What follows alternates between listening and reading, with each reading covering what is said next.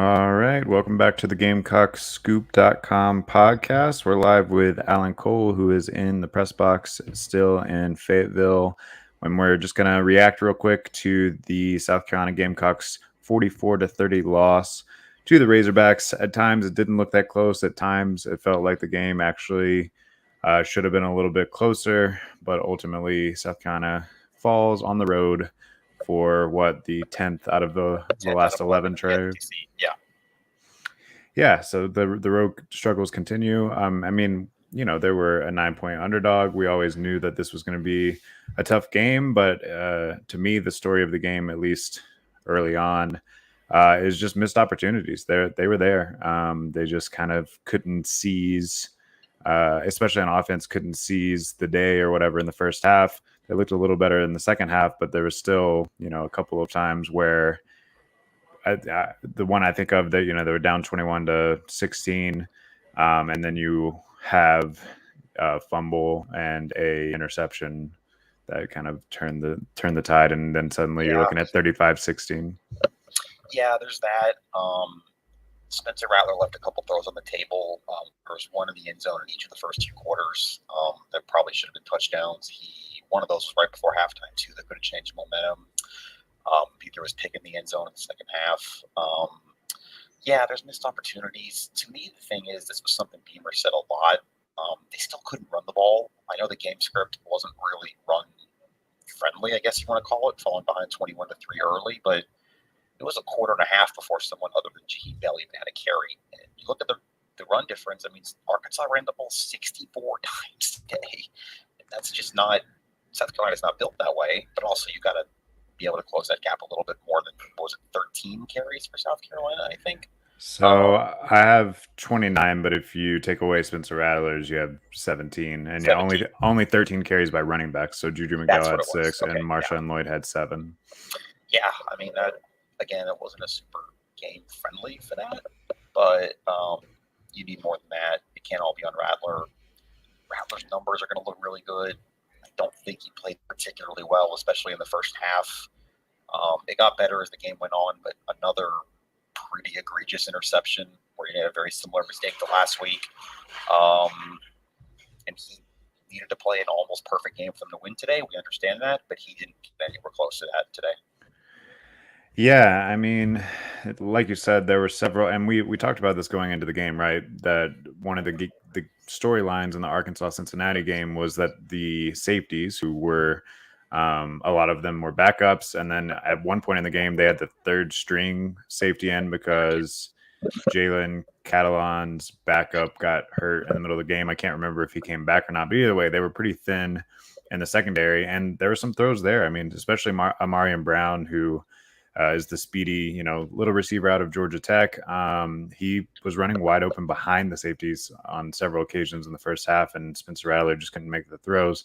One very particular one I can think of. And again, it's really hard because Rattler put himself in a good position on this play that maybe another quarterback wouldn't have put himself in the position to begin with. But right before the half, the drive started with about 50 seconds left.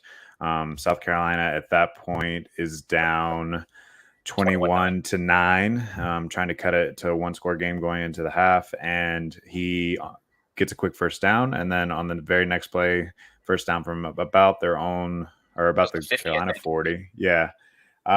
He kind of creates some space with his legs, and Amarian Brown's running wide open in the end zone, and he doesn't even give him a chance at it. He overthrows him by 10 yards, just his eyes got too big or something. I don't know. He juiced it into the stands almost.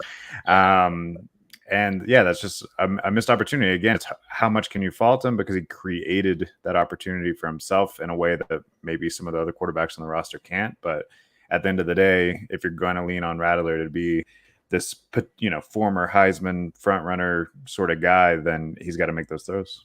No, he wasn't that today. He wasn't close to that today. The numbers are going to look a lot better than he played.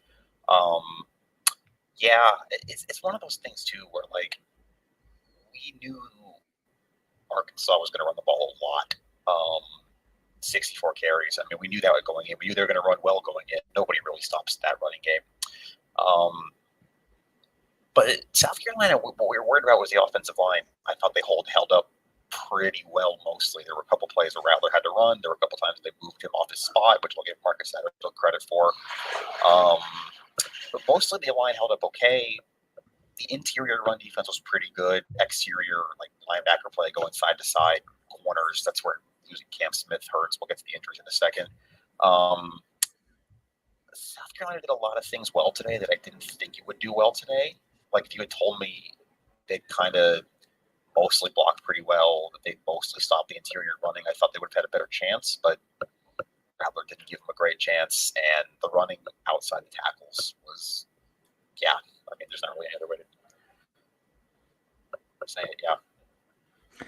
Yeah, I mean, the score isn't that far off from what I predicted. I think I said 37-31, but it definitely got there in a different way than I was expecting. I thought maybe South Carolina would be able to slow down the run a little bit better. I mean, Arkansas put up 300 yards rushing, actually 295 because they had to take a kneel down after that last fumble. I thought that South Carolina would take advantage of the safeties a little bit more. I mean, that kind of happened at the end. Antoine Wells, by the way, had a great game. Juice Wells. My preseason prediction of him being the top receiver is looking pretty good so far. He got a nice boost today with like 9 receptions for 195 yards. Two big plays there. Yeah.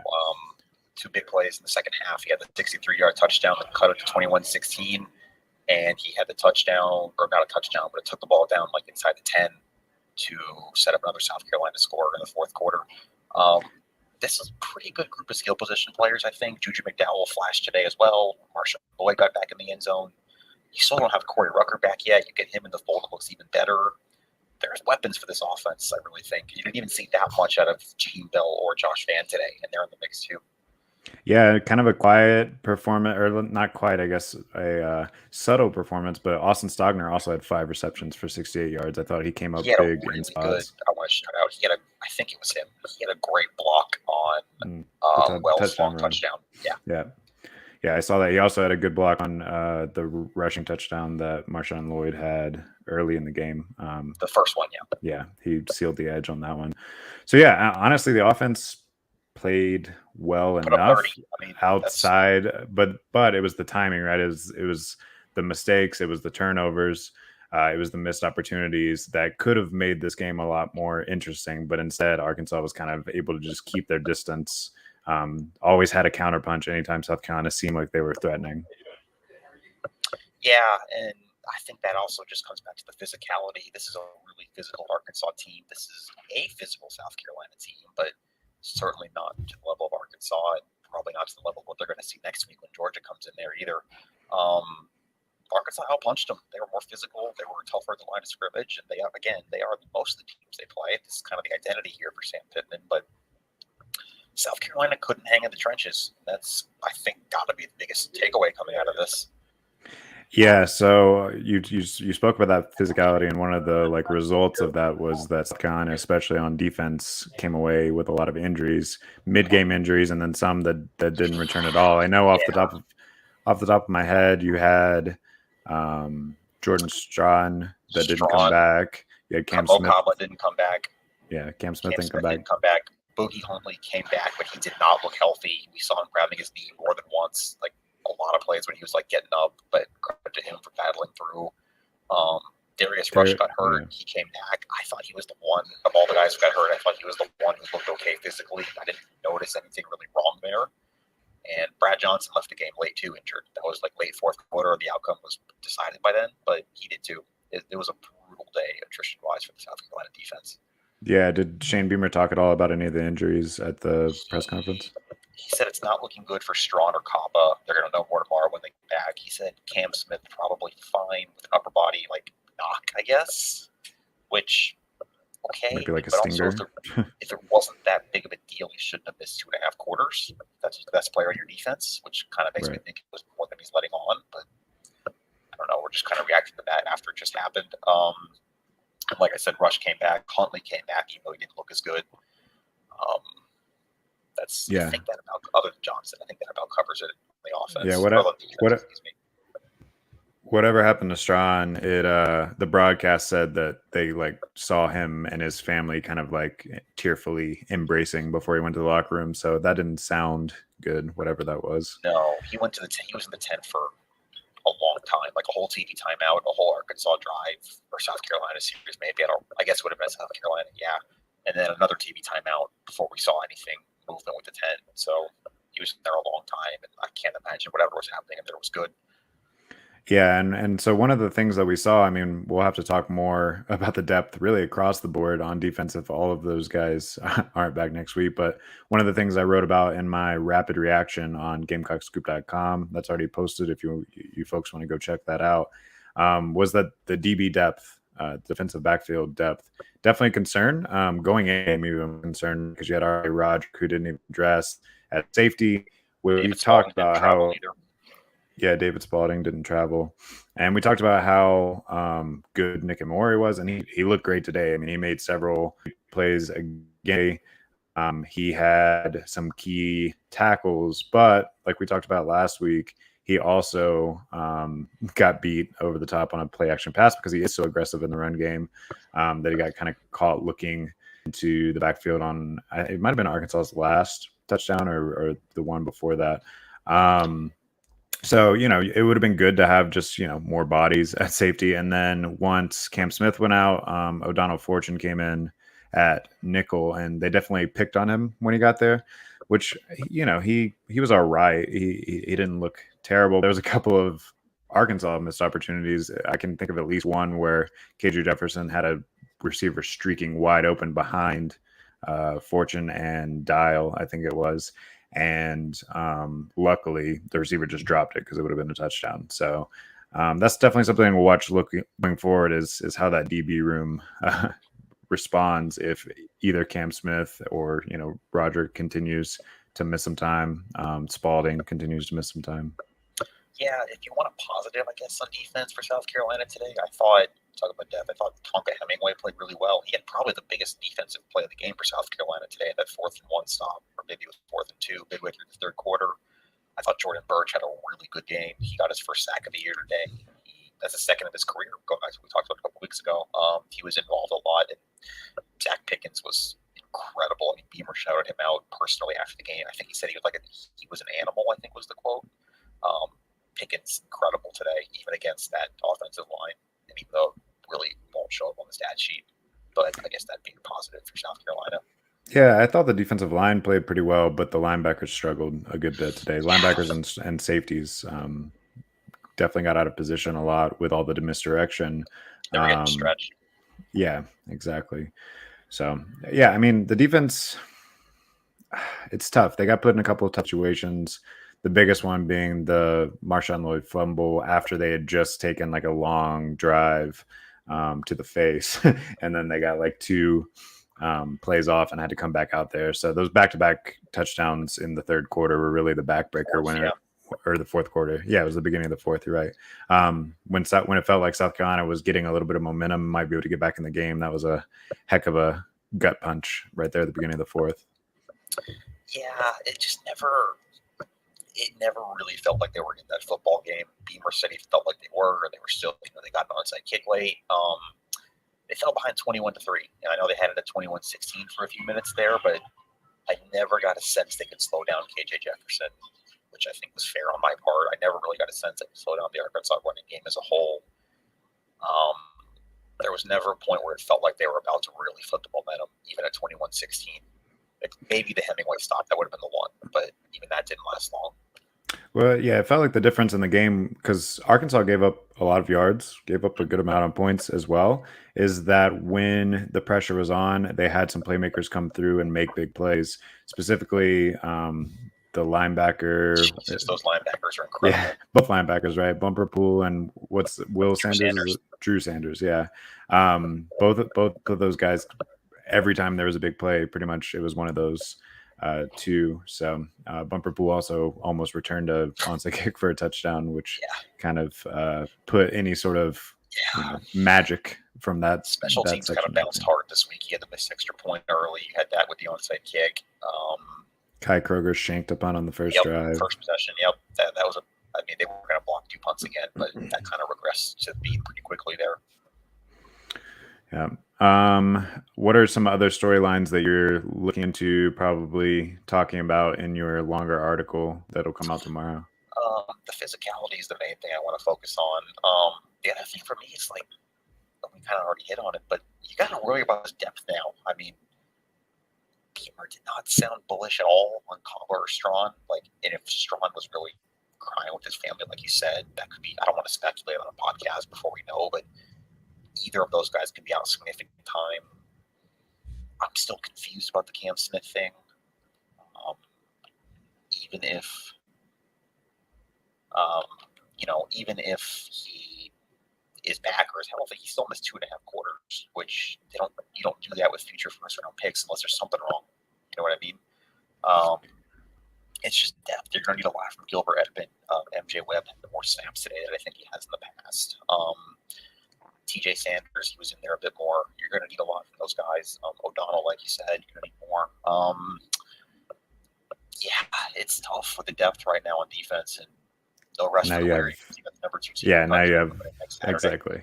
Yeah, you have the former national champions command. They'll probably be the number 1 team in the country because Alabama just won a squeaker against Texas. I saw a little bit of it. I saw Quinn Ewers went down early too. They could have lost that game if Ewers had been playing, but I can't really comment on it. Yeah, I didn't get to watch any of the game either. Obviously, I just saw the highlights right after South Carolina's game. But what about some like reasons for hope? Why should South Carolina fans come out of this this game without hanging their heads too much? And this is something I wrote a little bit about in the rapid reaction. And to me, the big thing is just remember that the beginning of the schedule was always going to be hard, right?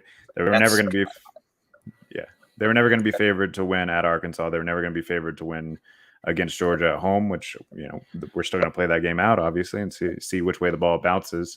But then you get a little bit of breathing room after those 2 games. You get some easy home games, and then you get into a little bit easier SEC schedule too, right? You got Kentucky, you got Mizzou, you got Vandy. So yeah, I don't think it's time to burn the whole season down and freak out or anything. But yeah, what are some things that you saw today that should make Gamecock fans hopeful? I twofold that. I would kind of take that off your point and just specifically tying into this game. Arkansas is a really good football team. They've only lost once in this stadium in the last 2 years under Sam Pittman. This is a really tough place to play, a really good football team, a very experienced football team too on both sides. This was never a game you were expecting to win. At least I wasn't. I know you didn't pick them to win either. So that would be one. I think you got to keep that in perspective too. This is probably a top 15-ish, maybe top 20 team in the country. I know they're ranked 16 coming into today. And my second one is these playmakers. We talked about a little bit, but Wells going off today, Juju McDowell getting touches in the second half, especially, and flashing with them. They're going to get Corey Rucker back at some point. We don't know when, but he'll be in the fold. We saw a little bit more of that wishbone stuff with Bell, I think twice in the first half, if I'm not mistaken, at least once. Austin Stogner, like you said, and it's not perfect for Spencer Rattler, but he's got the weapons he has this year, night and day from what he had last year. So I think this offense can score some points against a lot of teams, even though, again, it's still going to come down to the line play as it always does. Yeah, most of my hope definitely centers around the offense. I know that some people on the message board, like during the game or immediately after, still put the Fire Satterfield thing on there. I don't really put much of this game on him at all. I thought he called a pretty good game. The only maybe criticism you might say is he could have tried to get the run game going in the first half a little earlier. He waited. Someone asked about that. He says, I can't remember the exact quote now. I got to transcribe here when we get off this, but he was talking about a little bit. Just they knew they liked the matchups this week in the passing game. Catalan out, Slusher out. At one point late in the first half, Arkansas down to a third stringer at nickel when Brittany went down in the 10th for them, and they scored a touchdown on that play. That was the Marshawn Lloyd run to that side of the field. The matchups are probably better in the passing game this week, but you still got to run the ball more. I guess that'd be my one thing, and everybody knows it too. I'm not breaking any new ground with that, but yeah, and we talked about this a little bit going in. It's like, do you just commit to like, all right, I'm going to try to get into a shootout, which it seemed like they didn't do. Yeah, that's what happened. But then the inverse there is you started to see the offense Arkansas's offense stack plays against your defense that's just like 85 of them, I think. Yeah. Or maybe more. But I think it got to 85 other than the kneel downs. And 23 in the first quarter. I mean, I saw hands on hips in the first quarter. And I'm not blaming anybody because they were depleted injury-wise. That's a physical line, but they were gassed by the first quarter, second quarter especially. Right, and that's where the run game could have come in and maybe at least kept the defense on the sideline for a little bit longer. So yeah, if I'm giving one criticism to Satterfield, maybe it's that, but that's easy to say in hindsight. I don't think that the game plan of trying to attack their secondary was bad. It's something that we all hit on, leading into the week. Another thing, Rattler was really, really frustrating to watch, and I'm starting to understand why Oklahoma fans were so frustrated with him, because he's good. He's really good. He makes some incredibly talented plays. He threw for 375 yards today, and it didn't even look like that great of an outing. And there are very few quarterbacks in South Carolina's history that have put up almost 400 yards in a game. And again, he made it look sort of easy. It wasn't his best showing.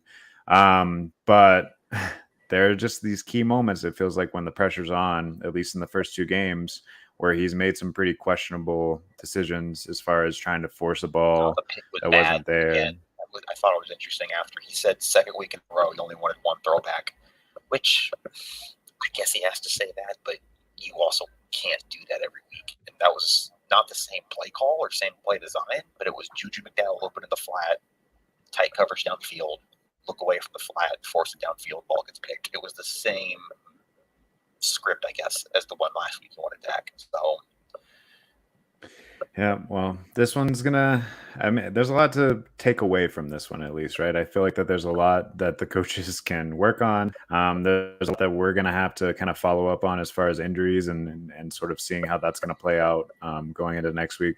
Before we wrap this up, you got any thoughts on next week? I mean, there's not a ton to say yet, I don't think. I just got to wait for the injuries. I mean, even healthy, that's going to be a deep uphill climb for South Carolina. But if you take Cam Smith, if you take Mo Kaba, if you're taking Jordan Strawn, if you're taking maybe Hemingway, Boogie Huntley out next week, good luck. Yeah, I mean, and that's something that at least in the first couple of weeks, it seems like Georgia's offense is maybe even ahead of defense, although the defense looks pretty good too. So yeah, I mean, I think without a doubt, most rational South Carolina fans would go into that game expecting that you're going to need some really weird stuff to happen for that to be a win. And then, yeah, like you said, you add all those injuries on top and the climb gets that much taller. Well, all right. Well, I'm going to let you get to writing some stories and get out of that sweaty press box. Air, 90 degrees. Yeah. Do I look sunburned? I feel sunburned. Yeah, you look a little red. All right. Well, safe travels back, and we'll see you later in the week. Yep. Yeah, we'll catch up on Thursday to preview Georgia. So until next time, this has been the Gamecocks.com podcast with Caleb Alexander and Alan Cole. See ya later.